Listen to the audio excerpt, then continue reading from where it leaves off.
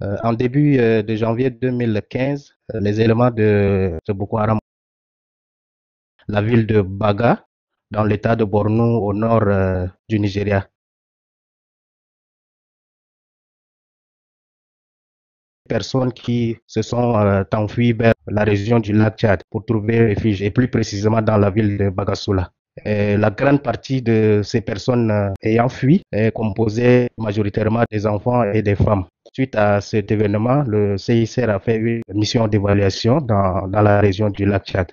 Cette mission effectuée, il y a un fait qui m'a vraiment marqué, c'est celui d'un mineur de 12 ans qui a pu franchir la frontière grâce au concours des adultes qui ne sont pas vraiment ses proches. Alors, une fois arrivé à Bagassoula, le petit pensant trouver sa famille. Malheureusement, cela n'a pas été le cas. Donc, chaque fois, ce sont des larmes qui ne faisaient que couler. Comme le CICR était là avec des appels téléphoniques gratuits, le mineur a pu bénéficier de cet appel qui lui a permis de savoir la position de ses parents qui sont plutôt à Maïdougri.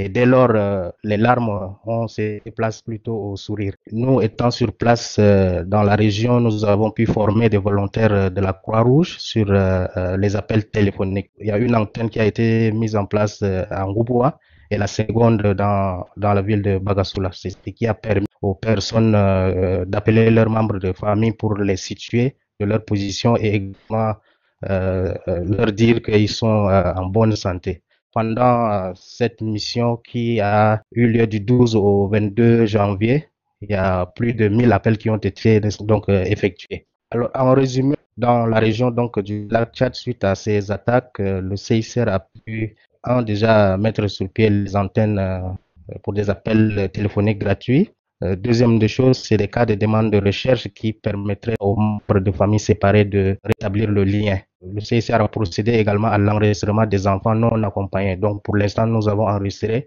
46 enfants non accompagnés. Nous allons toujours partager ces cas avec nos collègues de la sous-région en vue d'aboutir aux réunifications familiales. Pour parler de ma motivation, c'est un travail qui constitue à enregistrer, par exemple, des enfants non accompagnés et également des personnes vulnérables. Après cet enregistrement, le but, c'est à des réunifications familiales. Donc, c'est une étape qui est un peu longue, qui prend assez de temps, mais quand on arrive au résultat, c'est-à-dire que une fois que vous amenez les membres de famille à se regrouper, là, il y a une grande joie qui explose et ça me fait vraiment du bien au cœur. Je me rends compte que j'ai vraiment rendu service à l'humanité. Donc, c'est ce qui vraiment me motive dans ce travail.